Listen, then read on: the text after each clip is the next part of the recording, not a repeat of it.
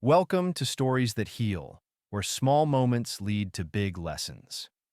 Today's tale takes us on board a luxury flight, where Hollywood legend Jason Statham quietly faces off against privilege and entitlement. What begins as a routine dispute over a seat quickly unravels into a powerful story of standing your ground and changing perceptions. Buckle up, this ride gets turbulent. The airplane cabin hummed softly, a serene prelude to the journey ahead. Jason Statham adjusted himself in his plush first-class seat, savoring the relative calm after a demanding week of shooting action-packed sequences for his latest film. His trademark, cool demeanor remained unshaken, though his mind already buzzed with thoughts of the crucial international meeting waiting for him. The setting sun filtered through the windows, casting a warm glow on the sleek cabin interior. A steward passed by, offering a glass of sparkling water, which Jason accepted with a polite nod. The sharp tang of fresh coffee mingled with the faint scent of designer perfumes worn by other first-class passengers. Jason appreciated the moment, an oasis of peace after the storm of his relentless schedule.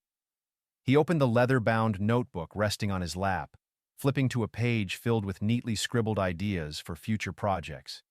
His pen hovered briefly before his thoughts were interrupted by the sound of footsteps and the distinct timbre of a voice that carried entitlement like a badge of honor.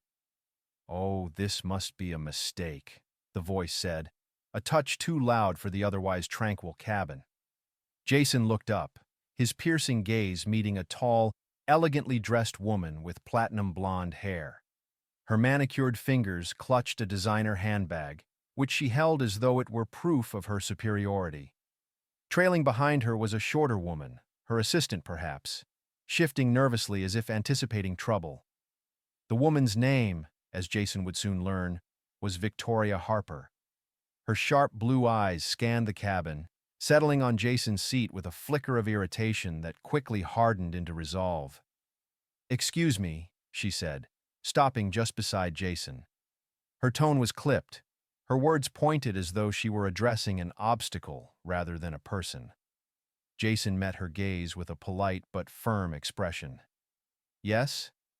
"There's been a mistake," Victoria said, gesturing at his seat. "This is supposed to be my seat, 1A. I'm a Platinum Elite member with the airline.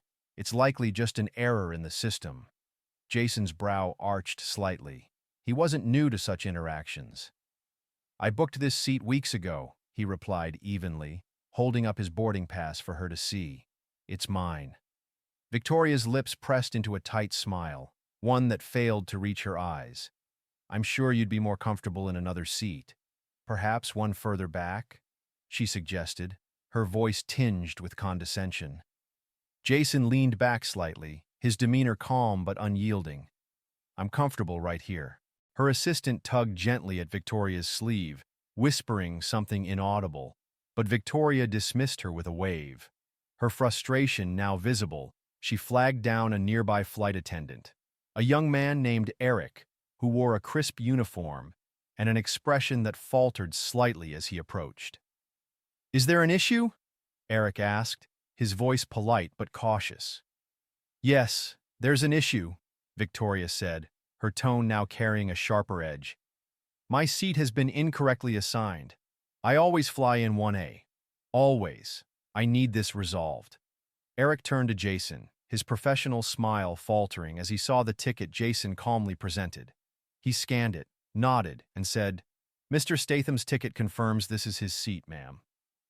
Victoria's eyes narrowed. "He must have booked a last-minute upgrade. That happens, doesn't it?" Jason remained silent, his piercing gaze never leaving hers. He could sense the brewing storm, but he had no intention of stepping down. "Ma'am," Eric said carefully, "this seat is correctly assigned. If there's a mistake, it would need to be addressed through the reservation system, but as it stands, Mr. Statham is seated properly." Victoria's assistant tugged at her sleeve again, this time more insistently. "Maybe we should just—" "Don't be ridiculous," Victoria snapped, cutting her off. Her attention returned to Jason. "Look, I'm sure we can work something out. I always have this seat. It's my seat. Jason's lips quirked slightly, though his expression remained neutral. Your loyalty program doesn't override the fact that I paid for this seat. Maybe you should speak with the airline about their system.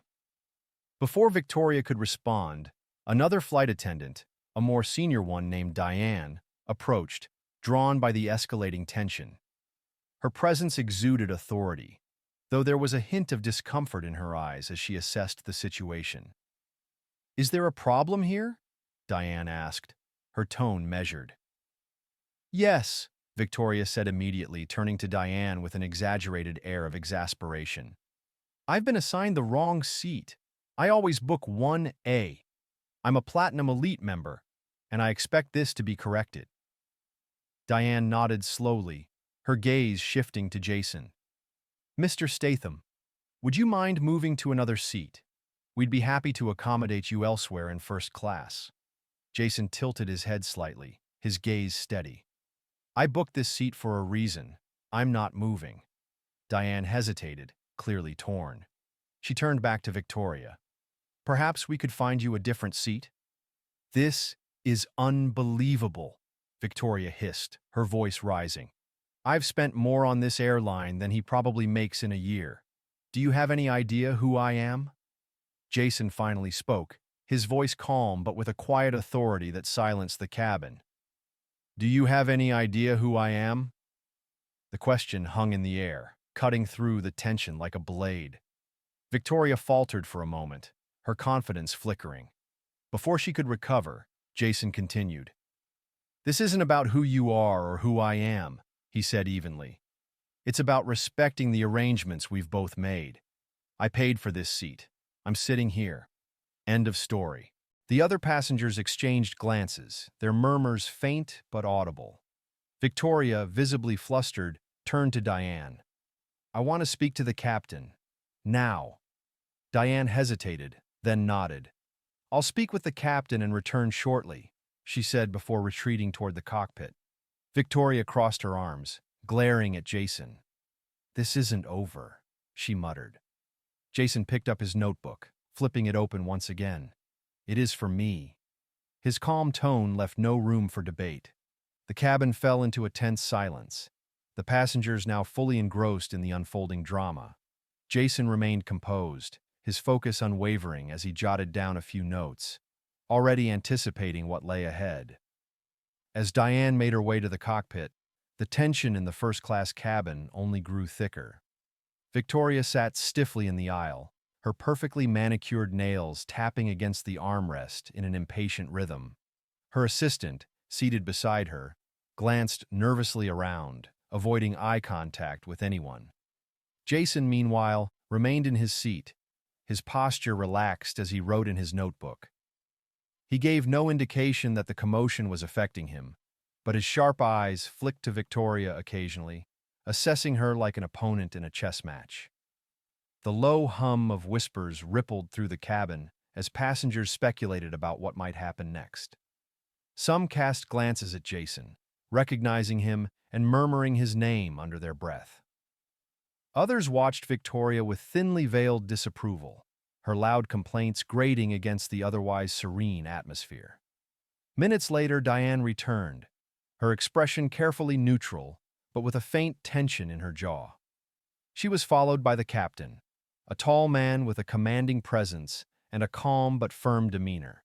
His uniform was impeccably pressed, his pilot's hat tucked under his arm as he entered the cabin. "Ladies and gentlemen," the captain began, his deep voice cutting through the murmurs, "I understand there's been an issue with seating arrangements. I'd like to address it personally to ensure a smooth departure." Victoria immediately seized the opportunity, standing and gesturing dramatically toward Jason. "Captain, thank you for coming. I'm glad someone in charge is finally here to handle this. I always book 1A on this airline. I'm a Platinum Elite member. It's unacceptable that I've been displaced for—" She paused, her eyes darting to Jason with a dismissive flick. "Someone who probably booked last minute." Jason leaned back in his seat, his notebook now closed, his gaze fixed on the captain. He remained silent, allowing the scene to unfold without interruption. The captain's expression didn't change as he listened to Victoria's tirade. When she finally stopped, he turned to Jason. "Mr. Statham," he said, his tone respectful but measured. "Do you have anything to add?" Jason's lips quirked into the faintest hint of a smile. "Not much to add, Captain. I booked this seat well in advance, and I plan to stay in it. If there's an issue with Ms. Harper's reservation, I trust the airline can resolve it without involving me." The captain nodded, his gaze sharp as he turned back to Victoria. "Ms. Harper, I understand your concerns, but this seat was properly reserved and assigned to Mr. Statham. There's no error here. I must ask you to return to your assigned seat so we can proceed with the flight." Victoria's face reddened, her frustration boiling over. "You can't be serious. Do you know how much money I spend with this airline? I'm one of your most loyal customers. I've flown first class on nearly every flight for the past 5 years."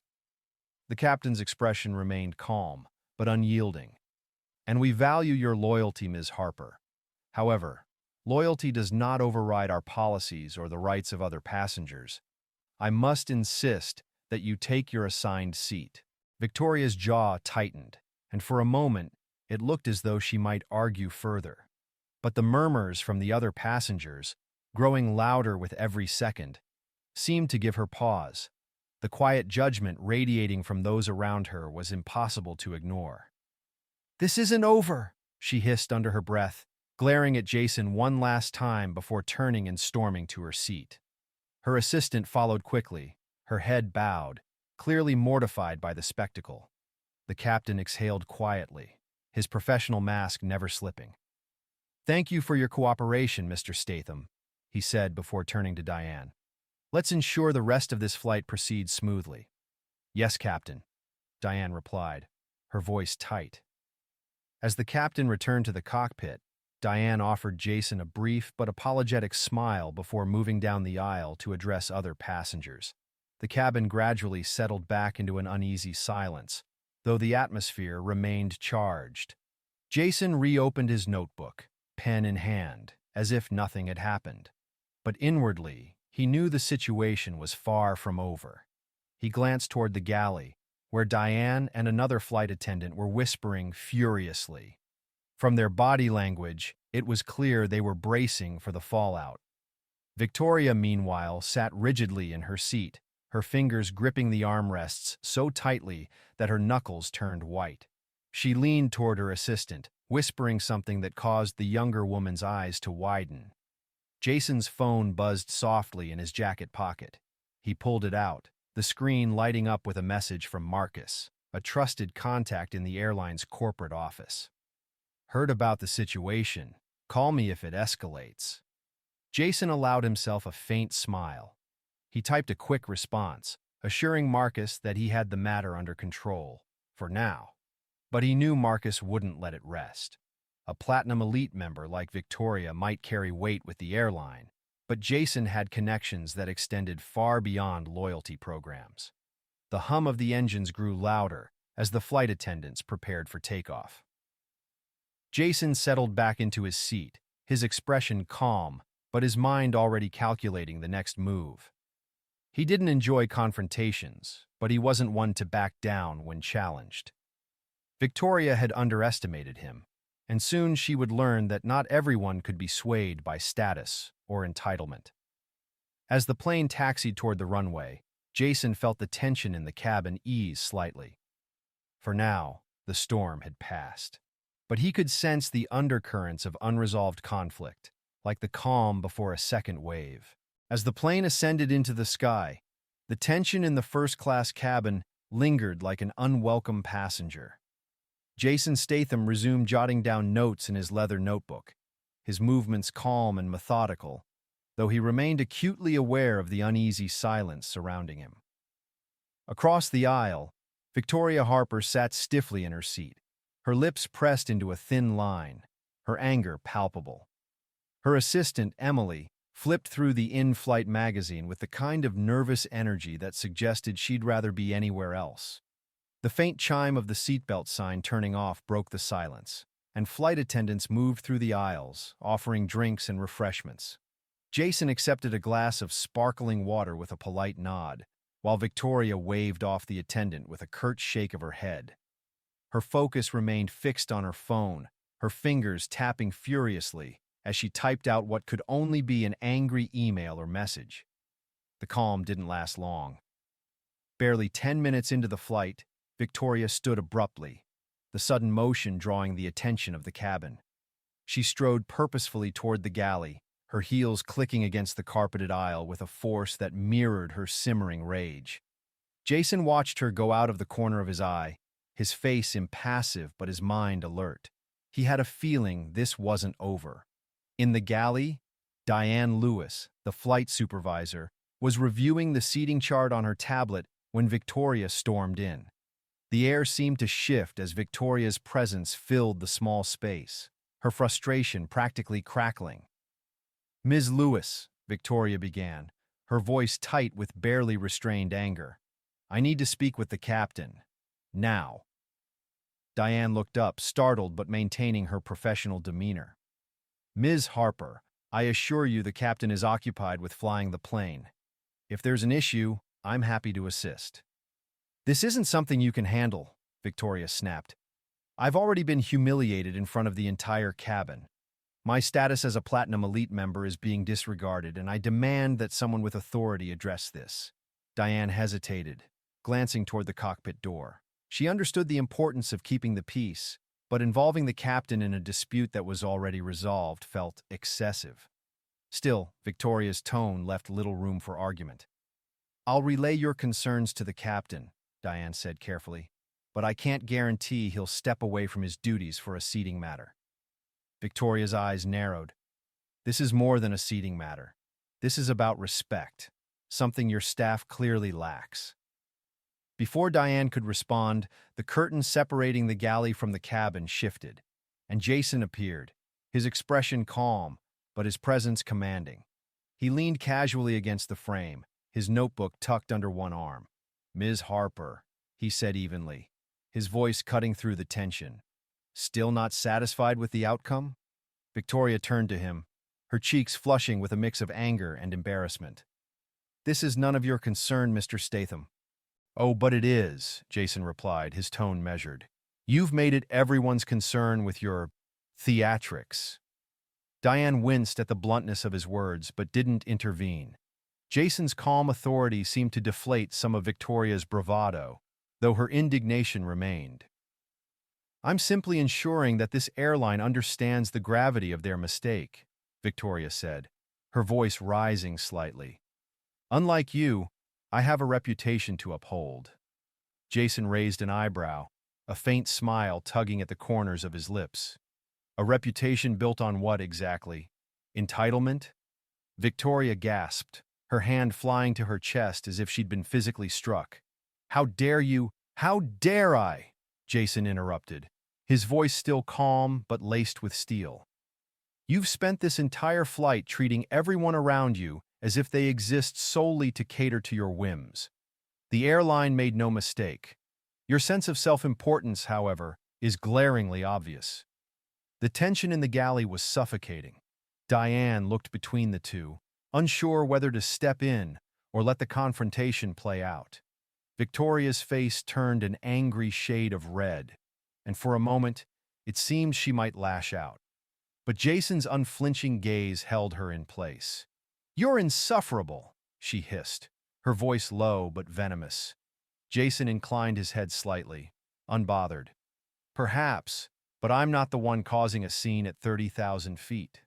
Diane cleared her throat, stepping forward in an attempt to defuse the situation. "Ms. Harper, Mr. Statham, I think it's best if we all return to our seats. We can address any lingering concerns once we've landed." Victoria shot Diane a sharp look but didn't argue. With a huff, she turned on her heel and stormed back to her seat, her assistant Emily shrinking into the upholstery as Victoria sat down with a dramatic flourish. Jason lingered in the galley for a moment, his expression softening as he turned to Diane. "Apologies if I overstepped. I just thought it was time someone said what everyone else was thinking." Diane managed a small, strained smile. "Thank you, Mr. Statham. I appreciate your candor." Jason nodded once before returning to his seat. the tension in the cabin following him like a shadow. He resumed his work, ignoring the occasional glances from other passengers and the sharp glares from Victoria. He had no doubt that she was plotting her next move, but he wasn't concerned. He had dealt with far worse in his time. Half an hour later, as the plane cruised at altitude, the captain's voice came over the intercom. "Ladies and gentlemen, we apologize for the earlier disruptions. Please enjoy the remainder of your flight, and thank you for your cooperation." The announcement was brief, but carried an air of finality, as if to signal that the matter was closed. But Jason knew better. For someone like Victoria, the battle wasn't over until she had the last word, and Jason was prepared to make sure that didn't happen. The flight settled into a tense quiet after the captain's announcement, though the underlying tension in the first-class cabin simmered just below the surface. Jason Statham remained composed, flipping through his notebook and jotting down ideas, seemingly oblivious to the occasional pointed glare from Victoria Harper. Across the aisle, her assistant Emily kept her gaze firmly on the in-flight magazine, clearly wishing she could disappear. As the plane continued its journey, a flight attendant approached Jason with a discreet but apologetic demeanor. She handed him a freshly brewed cup of coffee, her tone polite but carrying a hint of nervousness. "Compliments of the captain, Mr. Statham. He extends his apologies for any inconvenience." Jason accepted the coffee with a nod, his demeanor warm but composed. "Thank you. Please let the captain know his professionalism is appreciated." The exchange drew Victoria's attention, her irritation flaring anew. She sat rigidly in her seat, her arms crossed tightly, the faint clicking of her manicured nails against the armrest, the only indication of her growing frustration. It wasn't just the outcome of the earlier dispute that bothered her. It was Jason's unflappable composure, his calm defiance that had left her without a victory to cling to. Unable to hold back any longer, Victoria leaned toward Jason, her voice low but sharp. "You may think you've won, Mr. Statham, but this isn't over." Jason glanced up from his notebook, his expression unreadable but his eyes steady. "Ms. Harper," he said evenly, "this was never a contest. But if you insist on making it one, I suggest you choose your battles more wisely." Victoria's mouth opened, a sharp retort on the tip of her tongue, but the sound of footsteps approaching cut her off. Two sharply dressed men entered the first-class cabin, their tailored suits and air of authority immediately drawing the attention of every passenger. One carried a sleek leather briefcase, the other a tablet. The taller man stopped near Victoria's seat, his gaze cold and assessing. "Ms. Harper," he said, his tone firm but professional, "we need to speak with you regarding your behavior on this flight." Victoria blinked, her composure faltering. "Excuse me?" "Your actions have disrupted the cabin environment and jeopardized the experience of other passengers," the man continued. "As such, we've been instructed to review the matter with corporate upon landing." The color drained from Victoria's face, and she stammered, "You can't be serious. Do you know who I am?" The second man, who had remained silent until now, stepped forward. "We're well aware, Ms. Harper. That's precisely why this review will be thorough." As the two men moved away, leaving Victoria visibly shaken, Jason's gaze returned to his notebook, a faint smile playing on his lips. It wasn't the chaos or the confrontation that satisfied him. It was the quiet triumph of seeing accountability in action. For now, the cabin returned to a semblance of peace, but the lessons of respect and humility would linger long after the flight touched down. This wasn't just a story about a seat. It was a story about standing tall in the face of injustice. Jason Statham turned an ordinary flight into an extraordinary lesson, showing the world that humility and respect will always take you further than entitlement. Thank you for watching Stories That Heal. Don't forget to like and subscribe for more tales that challenge, inspire, and heal.